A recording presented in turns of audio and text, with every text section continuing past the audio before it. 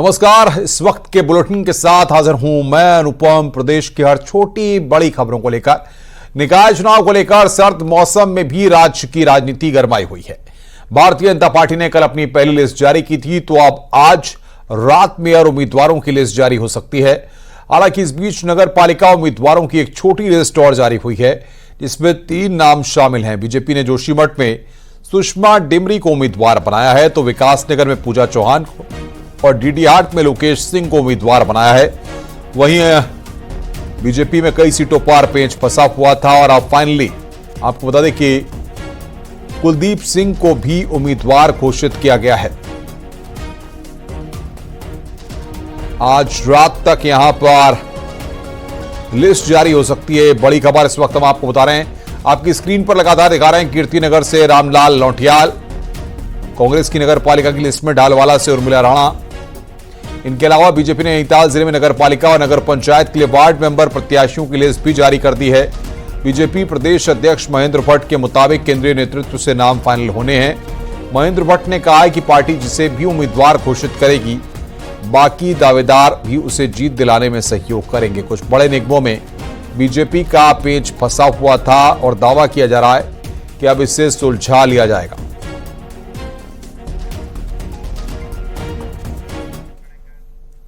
कांग्रेस को भी 8 नगर निगम में मेयर उम्मीदवारों की घोषणा करनी है। नेता विपक्ष यशपाल आर्य के घर पर हुई बैठक खत्म हो गई है। कई सीटों पर आज भी सहमति नहीं बन पाई है।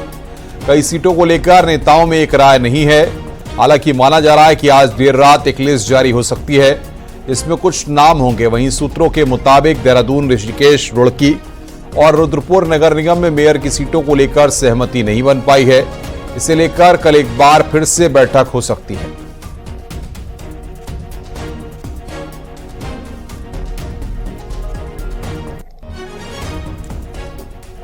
तो कांग्रेस में सीटों पर सहमति अभी नहीं हो पाई है। कांग्रेस की निकाय चुनाव पर मीटिंग हुई है। बड़ी खबर यहां पर हम आपको बता रहे हैं, मेयर कैंडिडेट को लेकर चर्चा लगातार जारी है। कई सीटों पर सहमति नहीं बनी है। कुछ नामों के साथ जारी होगी दूसरी लिस्ट। देहरादून, ऋषिकेश पर सहमति नहीं, रुड़की, रुद्रपुर पर सहमति नहीं। कांग्रेस पार्टी की निकाय चुनाव पर मीटिंग और बातचीत करने के लिए दीपांकर भट्ट हमारे सहयोगी। दीपांकर, कांग्रेस में लगातार चर्चाओं का दौर जारी है, तो वहीं बीजेपी की भी मेयर की लिस्ट आज रात तक जारी होने की उम्मीद जताई जा रही है। बिल्कुल अनुपम, बीजेपी के अभी सिर्फ मेयर की लिस्ट बची है। बाकी बीजेपी नगर पालिका और नगर पंचायतों की लिस्ट लगभग उम्मीदवारों की घोषणा कर चुकी है। जहां तक बात है कांग्रेस की बैठक अभी लगभग 9 बजे नेता विपक्ष यशपाल आर्य के घर पर खत्म हुई है। और जो अब खबर निकल के आई है वो है कि 3 सीटें नगर निगम की घोषित कर चुकी है कांग्रेस, और 3 पर अभी भी पेच फंसा है। जिन पर पेच फंसा है उनमें कोटद्वार, पिथौरागढ़ और देहरादून शामिल है। इसके अलावा जो बाकी सीटें उन पर बताया जा रहा है कि कुछ ही देर में, अब से थोड़ी देर के बाद कांग्रेस उम्मीदवारों की घोषणा कर देगी। तो दूसरी लिस्ट कांग्रेस की अब से कुछ देर में जारी होने वाली है। कांग्रेस पार्टी की तरफ से खबरें है, तो कांग्रेस इस तरीके से 11 में से 8 उम्मीदवार कांग्रेस घोषित कर देगी मेयर पद के लिए। 3 बचेंगे, उस पर कल फिर से एक बार चर्चा होने की उम्मीद है सीनियर नेताओं के बीच, क्योंकि रविवार और सोमवार नॉमिनेशन का आखिरी दिन होगा। तो कांग्रेस में बड़ी माथापच्ची, खासकर बड़े नेताओं के बीच बड़े टकराव हैं कुछ सीटों को लेकर, और वो तनातनी कल भी नजर आई बैठक में। और आज भी खबर है कि सीनियर नेताओं के बीच काफी गहमा गहमी और गर्मा गर्मी रही इस बैठक में। तो अब थोड़ी देर का इंतजार है जब कांग्रेस के लगभग 5 नगर निगमों के और उम्मीदवार घोषित होंगे और कुछ नगर पालिकाएं, नगर पंचायत भी। अनुपम, बिल्कुल, बहुत बहुत शुक्रिया आपका हमारे साथ जुड़ने के लिए दीपांकर, और तमाम अपडेट देने के लिए।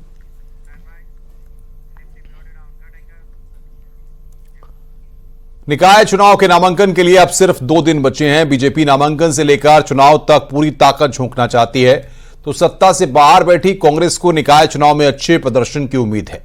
देखिए रिपोर्ट।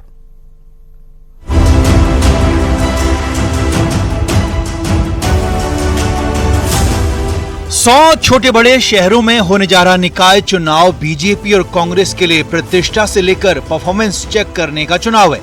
ऐसे में बीजेपी नॉमिनेशन से लेकर चुनाव की तारीख तक पूरी ताकत झोंकना चाहती है, तो मुख्य विरोधी कांग्रेस को हर अहम सीट पर अपना दम भी दिखाना चाहती है।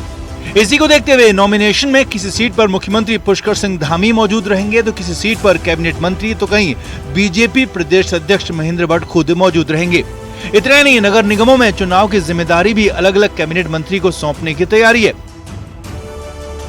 हमारे माननीय मुख्यमंत्री जी, मैं स्वयं माननीय हमारे कैबिनेट मंत्रीगण, सब लोग किसी न किसी प्रत्याशी के नामांकन में उपस्थित रहेंगे। प्रभारी मंत्री को हमने कहा कि वो क्षेत्र की जो नगर निगम है उनको प्रत्यक्ष उसमें नामांकन में रहना हो और कार्यकर्ताओं में आपसी सामंजस्य बने, सब कार्यकर्ता मिलकर काम करें। इसके लिए हमने जिला स्तर पर टोली बनाई है और जिन कार्यकर्ताओं का किसी कारण में टिकट नहीं हो पाया, पार्टी उन सब कार्यकर्ताओं की चिंता करती है।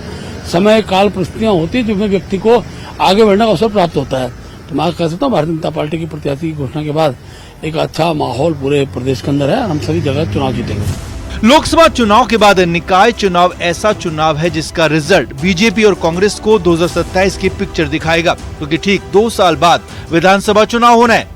बीजेपी को 100% भरोसा है कि रिजल्ट पक्ष में रहेगा, तो कांग्रेस के मुताबिक निकाय चुनाव कोई केदारनाथ उपचुनाव नहीं है जहां बीजेपी सरकार ने पूरी ताकत झोंक दी थी, बल्कि निकाय में जनता अपने हिसाब से वोट करेगी। ये तो उपचुनाव थे तो सरकार मैनेज कर लेगी, पूरी की पूरी सरकार 5-5 मंत्री एक जगह लगा दिए गए तो कर लेगी। लेकिन ये जो चुनाव है ये आम जनता में जो है करीब करीब 200 से ज्यादा वो हैं या इकाइयां हैं, उनमें चुनाव होना है तो सरकार की भी ताकत इसमें बढ़ेगी और हमारे वर्करों का जो जोश है, हमारे नेताओं की जो एनर्जी है वो इस समय निश्चित रूप से बढ़ी हुई है और हम इसमें भाजपा को सशक्त देंगे। निकाय चुनाव शहर की सरकार का चुनाव है जिसका रिजल्ट बीजेपी सरकार के 3 साल के कार्यकाल का आकलन भी होगा। ऐसे में बीजेपी नॉमिनेशन से लेकर प्रचार में सरकार और संगठन को झोंकने की तैयारी में है, तो सत्ता से बाहर चल रही कांग्रेस कितनी टक्कर दे पाती है ये देखना दिलचस्प होगा। देहरादून से न्यूज़ 18 के लिए दीपांकर भट्ट की रिपोर्ट।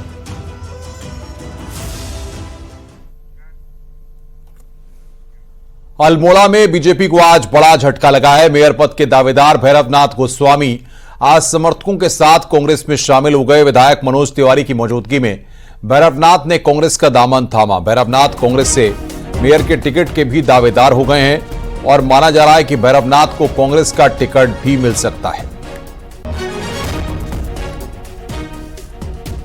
ये बड़े हर्ष का विषय है कि आज कांग्रेस में भारतीय जनता पार्टी के और कई ऐसे लोग जिन्होंने आज कांग्रेस की सदस्यता ली है और उनमें जो मुख्य रूप से है भारतीय जनता पार्टी के नगर युवा मोर्चा के महामंत्री रहे, जिले के महामंत्री रहे। जी, मैं माननीय विधायक जी के लगातार प्रयासों से और उनके कार्यों से प्रभावित होकर मैं आज इस राष्ट्रीय कांग्रेस पार्टी में अपने परिवार के रूप में आज समर्पित हो रहा हूँ। कितने लोगों के साथ? लगभग 100 से ज्यादा लोगों की संख्या है। नैनीताल में आज निकाय चुनाव के नामांकन से ज्यादा बैंक में खाता खुलवाने के लिए दिन भर लाइन लगी रही। बारिश और ठंड के बाद भी नैनीताल स्टेट बैंक में दिन भर निकाय उम्मीदवारों का मजमा लगा रहा, जिसमें खासी दिक्कतें भी उन्हें झेलनी पड़ी। हालांकि घंटों की मेहनत के बाद जैसे तैसे निकाय चुनाव लड़ रहे इन उम्मीदवारों का खाता बैंक में खुल सका। चुनाव लड़ने वाले सभी उम्मीदवारों का अलग से खाता खुलवाया जा रहा है, इसी वजह से भीड़ लगी रही।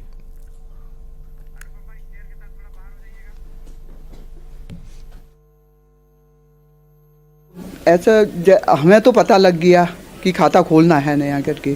जो लोग कल गए हैं वहाँ नॉमिनेशन के लिए, उन्हें इतनी परेशानी हुई, वो यहाँ आए, बैंक में दौड़े, उसके बाद वहाँ गए और कई लोगों के तो कल नॉमिनेशन हो भी नहीं पाए इस चक्कर में। एज पर गवर्नमेंट जो हमें इंस्ट्रक्शंस मिले हैं ये 2 दिन के लिए, क्योंकि आज और कल 28 और 29 के लिए ब्रांचेस खुली हुई हैं जिसमें सारे ही उम्मीदवारों के खाते खुलने हैं जो कि उनको अपने डिक्लेरेशन में देने हैं। तो उस हिसाब से हम लोग यहाँ सारे ही उम्मीदवारों के खाते खोल रहे हैं।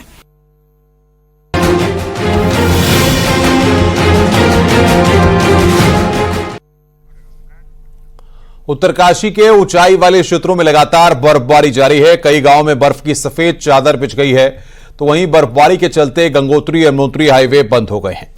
गंगोत्री नेशनल हाईवे सुक्की टॉप से आगे और यमुनोत्री नेशनल हाईवे फूलचट्टी से आगे बर्फबारी के कारण बंद हो गया है। बर्फबारी के चलते पूरे हाईवे पर फिसलन के हालात बन गए हैं। हालांकि बीआरओ और एनएच लोक निर्माण विभाग हाईवे को खोलने में जुटा हुआ है।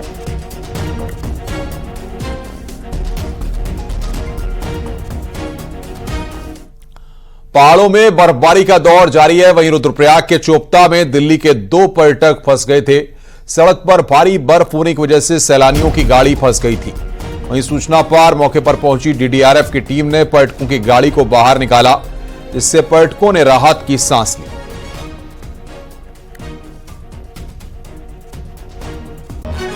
दिल्ली से आया था यहाँ चोपता उत्तराखंड, तो यहाँ पे भारी बर्फ पड़ने की वजह से और ये हमें प्रॉब्लम हो रही थी। तो यहाँ पे एक डीडीआरएफ टीम है जिन्होंने हमें रेस्क्यू किया था। तो इन्होंने हमारे लिए होटल भी ढूंढ के दिया है, तो big thanks to them. Thank you.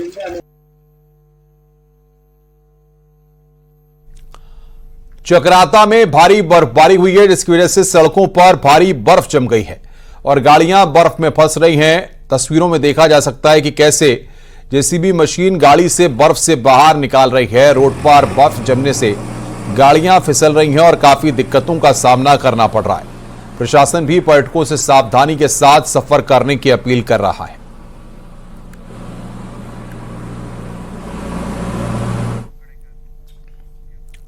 Pithoragarh के ऊंचे इलाकों में भारी बर्फबारी हो रही है और भारी बर्फबारी के बीच सुरक्षा बलों के जवान मुस्तैदी से अपनी ड्यूटी पर तैनात हैं। घुटनों तक हो चुकी बर्फ में पेट्रोलिंग लगातार जारी है। चीन और नेपाल बॉर्डर से सटे ये इलाके पूरी तरह बर्फ की सफेद चादर में लिपट गए हैं। भारी बर्फबारी स्थानीय लोगों को भले ही भारी दिक्कत हो रही हो, लेकिन व्यास घाटी में नेपाल बॉर्डर पर एसएसबी 2 फीट बर्फ में भी सीमाओं की सुरक्षा में जुटी है।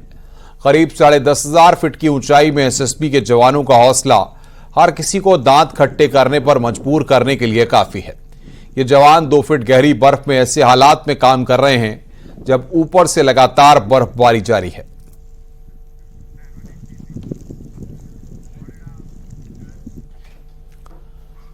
केदारनाथ धाम में भी जमकर बर्फबारी हुई है। बर्फ की सफेद चादर से केदारनाथ धाम ढक चुका है। बर्फबारी के बीच आईटीबीपी के जवान धाम में मुस्तैदी के साथ खड़े हैं। केदार धाम के साथ ही तुंगनाथ धाम, मधुमेश्वर धाम समेत उच्च हिमालयी क्षेत्रों में जमकर बर्फबारी हो रही है। वहीं निचले क्षेत्रों में शीतलहर का प्रकोप बढ़ गया है।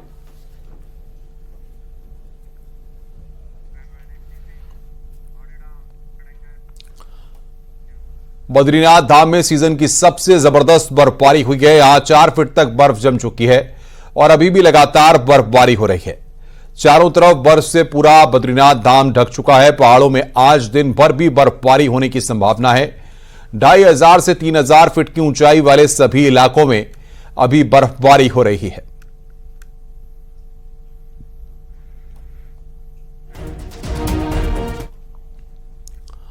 उत्तरकाशी के ऊंचाई वाले इलाकों में बर्फबारी जारी है। गंगोत्री धाम से ताजा तस्वीरें सामने आई, जहां पूरा धाम सफेद चादर में ढका दिख रहा है। नदी, झरने, पेड़ पौधे सब कुछ बर्फ के आगोश में समा चुके हैं। बर्फ के बीच गंगोत्री धाम मंदिर भी बेहद खूबसूरत नजर आ रहा है। न्यूज 18 पर बर्फबारी के बीच गंगोत्री धाम से एक्सक्लूसिव तस्वीरें आप देख रहे हैं। यहां कई इंच बर्फ गिर चुकी है और अभी भी बर्फ गिरने का सिलसिला लगातार जारी है।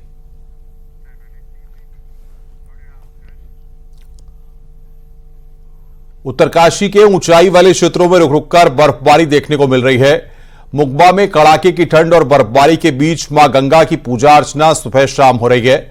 आरती की एक्सक्लूसिव तस्वीरें आप देख सकते हैं किस तरह मुकबा में बर्फबारी हो रही है। इस दौरान बर्फबारी में मां की आरती की जा रही है।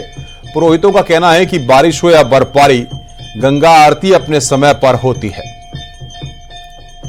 पहले भी यहाँ पे 1.5 फीट बर्फबारी हुई थी, तो अभी बर्फबारी हो रही है और हम लोग जो यहाँ पे गंगा मैया की पूजा कर रहे हैं। और यहाँ से अभी जैसे सुबह हम 7 बजे माँ गंगा के जल भरने के लिए मारकंडे जाते हैं, वहाँ से गंगा जल भर के लाते हैं और फिर माँ गंगा के मंदिर में माँ गंगा का अभिषेक एवं पूजा करते हैं। सोमेश्वर देवता, नरसिंह देवता की पूजा करते हैं। नए साल से पहले बर्फबारी हुई तो सैलानियों की भीड़ पहाड़ों पर पहुंच रही है।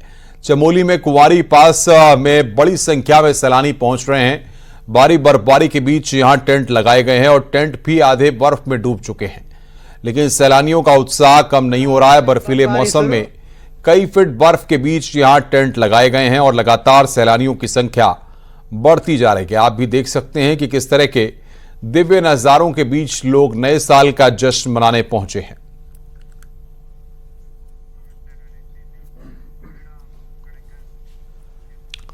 उत्तराखंड के मशहूर पर्यटक स्थल चक्राता समेत ऊंची चोटियों पर जमकर बर्फबारी हो रही है। वहीं चक्राता पहुंचे पर्यटक बर्फबारी का मजा ले रहे हैं। आसमान से रुई की तरह गिरती बर्फ देखकर सैलानी काफी खुश हैं। चक्राता समेत जौनसार, बावर के बुंदेर, लोखंडी समेत सभी ऊंचे इलाकों में जमकर बर्फबारी हो रही है।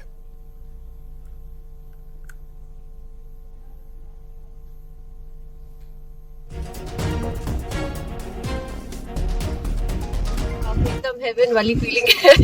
मेरा पर्पस यहाँ आने का नहीं था, हमें इस लोकेशन का पता भी नहीं था, तो हमें चक्राता मेन जो मार्केट है वहाँ सजेस्ट किया कि आप यहाँ आए, तो लकीली यहाँ आते ही यहाँ स्नोफॉल भी शुरू हो गया, तो काफी अच्छा एक्सपीरियंस है। कैसा लग रहा है? Experience once in a lifetime वाला है एंड मैं तो सभी को ये बोलूंगा क्योंकि मेरे हिसाब से चक्राता काफी अंडररेटेड जगह है। जैसे लोगों ने मनाली, कसौल, इन सभी जगहों को इतना हाइप दे दिया। इधर देखिए क्या कमी है, उनसे ज्यादा खूबसूरत कम लोग, इसको ज्यादा प्रोत्साहन की जरूरत है। तो यही है, बहुत अच्छा एक्सपीरियंस है। मैं चाहूंगा कि और लोग भी आए, लेकिन इस जगह को साफ रखें बस। कहाँ से है आप? मैं नोएडा से आ रखा हूँ। क्या संदेश देना चाहोगे आप? संदेश यही है कि आइए, घूमिए, साफ रखिए बस हमारे उत्तराखंड को और अपना एंजॉय कीजिए। घर वालों के साथ आइए, आराम से आइए बस। और आइए अब देखते हैं पहाड़ की 10 बड़ी खबरें, पहाड़ टॉप 10। देहरादून में दूसरे दिन निर्दलीय प्रत्याशी दीप्ति बिष्ट ने नामांकन किया, जबकि वार्ड मिलाकर 1000 से ज्यादा नामांकन पत्र बिक गए हैं। उत्तरकाशी की बड़कोट नगर पालिका में बीजेपी से अतुल रावत को टिकट देने के बाद बीजेपी के दो नेता राजाराम जगूड़ी और पूर्ण सिंह रावत ने बगावत करते हुए निर्दलीय नामांकन करवाया। पौड़ी नगर पालिका सीट पर अध्यक्ष पद के लिए बीजेपी ने सुषमा रावत पर भरोसा जताया है। सुषमा रावत ने तहसील पहुंचकर नामांकन पत्र खरीदा। रुड़की के झबरेड़ा में बीजेपी ने नगर पंचायत के पूर्व चेयरमैन मानवेंद्र चौधरी पर दोबारा भरोसा जताते हुए उन्हें नगर पंचायत में अपना उम्मीदवार बनाया है। देहरादून की डोईवाला नगर पालिका में बीजेपी ने नरेंद्र सिंह नेगी को उम्मीदवार बनाया और नेगी ने बड़ी जीत का दावा किया है। रामनगर नगर पालिका के लिए बीजेपी उम्मीदवार बनाए गए मदन जोशी का जोरदार स्वागत किया गया। रुड़की में गौकशी के आरोपियों की गिरफ्तारी की मांग को लेकर हिंदुवादी संगठनों ने सिविल लाइन कोतवाली का घेराव किया। यूपीसीएल बिजली बिल नहीं देने वालों पर कार्रवाई कर रही है और बागेश्वर में मैग्नेसाइट फैक्ट्री का कनेक्शन काट दिया गया। चक्राता में आरक्षी ट्रेनिंग सेंटर में दीक्षांत समारोह आयोजित हुआ, जिसमें 73 नए वन दरोगा पास आउट हुए। नैनीताल में एसएसपी ने नए साल और निकाय चुनाव को लेकर पुलिस की बैठक ली और न्यू ईयर सेलिब्रेशन में मुस्तैद रहने के निर्देश दिए।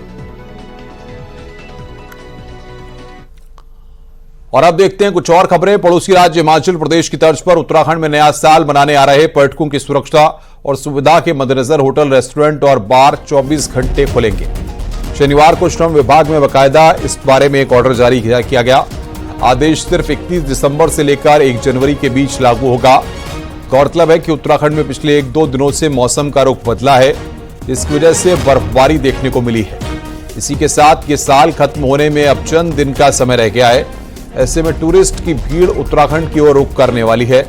मसूरी, नैनीताल, हरिद्वार, ऋषिकेश, कौशानी, मुक्तेश्वर जैसे कई स्टेशंस में होटल और रेस्टोरेंट तकरीबन पैक हो चुके हैं या एडवांस बुकिंग के चलते अगले कुछ दिन पैक रहेंगे।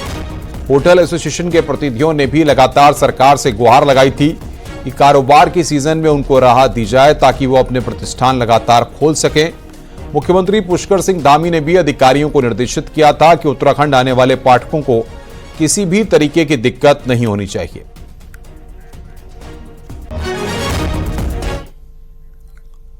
हरिद्वार के सराय गांव में जंगली हाथी आ जाने से अफरा तफरी मच गई। जंगल से निकलकर एक हाथी आबादी क्षेत्र में पहुंच गया। हाथी को सड़क पर आता देख वहां मौजूद लोगों में अफरा तफरी मच गई। हालांकि कुछ हुड़दंगी लोग हाथी के पीछे भागते हुए भी नजर आए। वहीं सूचना मिलने पर मौके पर पहुंची वन विभाग की टीम ने हाथी को जंगल की ओर खदेड़ दिया है। वहीं हाथी के पीछे भागने वाले हुड़दंगियों की पहचान कर कार्रवाई करने की बात भी वन विभाग के अधिकारी कर रहे हैं।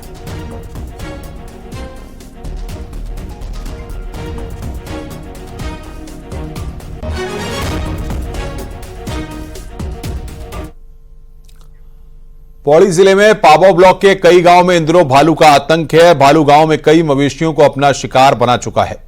वहीं वन विभाग ने इलाके में रात की गश्त को बढ़ा दिया है। लोगों की मांग है कि जल्द भालू के आतंक से निजात दिलाई जाए।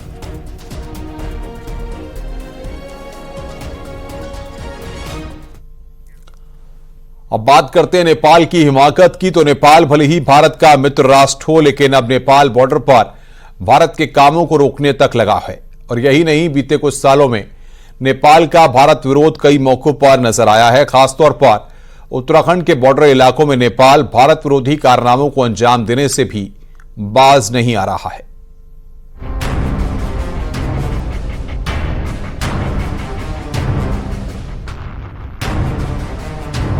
एक दौर में भारत नेपाल के बीच भले ही रोटी बेटी के रिश्ते रहे हों, लेकिन आज हालात काफी बदल गए हैं।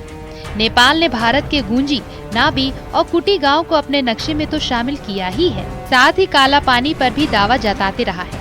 नेपाल का भारत विरोध बॉर्डर एरिया के विकास कार्यों में भी नजर आ रहा है।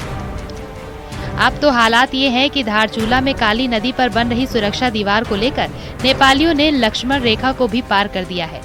बीते दिनों नेपाली नागरिकों ने भारत की पोकलैंड मशीन पर तो कब्जा ही किया, साथ ही ऑपरेटर को भी घंटों बंधक बनाए रखा। गिर गया था, मैंने बोला इसको इधर को, उसने प्यार से बुलाया, मैंने बोला दे ही देगा, फिर क्या वो करेगा। उसने उतारी, फिर खींच दिया मेरे को डायरेक्ट मशीन की चैन में आके, फिर उल्टी बदतमीजी है, गाली करने लग गए। मैंने बोला यार मेरी क्या गलती उसमें, मैं तो काम करने आया हूँ जैसे आप लोग वैसे, तो फिर ये बदतमीजी करने लग गए थे। 2013 में काली नदी ने भारत के साथ ही नेपाल के इलाकों में भी तबाही मचाई थी। बाद में धारचूला के इस इलाके में नेपाल ने तो अपनी सुरक्षा दीवार बना ली है, लेकिन जब से भारत ने सुरक्षा दीवार बनाने का काम शुरू किया है, तब से नेपालियों का तांडव अक्सर दिखाई देता है। कभी नेपाली नागरिक काम कर रहे भारतीयों पर पथराव करते नजर आते हैं, तो मशीनों पर कब्जा करने का दुस्साहस भी कर रहे हैं। ऐसे में दोनों मुल्कों के अधिकारियों को आए दिन दिक्कतों से दो चार होना पड़ता है। बीच बीच में इस प्रकार की स्थितियां जरूर आती हैं कि कुछ तत्वों के द्वारा इस प्रकार की चीज़ों को उठाया जाता है। वर्तमान में जो ये प्रकरण था, वहाँ के जो दारचूला जनपद है, वहाँ के जो प्रमुख जिला अधिकारी हैं, उनके साथ में यज्ञराज जोशी जी के साथ में इसको बात करके सुलझा लिया गया है। उत्तराखंड में नेपाल के साथ भारत का 275 किलोमीटर बॉर्डर है। इस बॉर्डर पर दोनों मुल्कों की साझा सांस्कृतिक विरासत है। बावजूद इसके नेपाल का भारत विरोध दोनों मुल्कों के रिश्ते में तल्खी ला रहा है। बीते कुछ सालों में नेपाल में भारत का विरोध राजनीतिक फैशन का रूप ले चुका है। ऐसे में कुछ राजनीतिक दल भारत विरोध के नाम पर राजनीतिक रोटियां सेकने से भी बाज नहीं आ रहे। न्यूज़ 18 के लिए पिथौरागढ़ से विजय वर्धन उप्रेती की रिपोर्ट। रुक रहे हैं ब्रेक के लिए। खबरों का सिलसिला लगातार जारी है।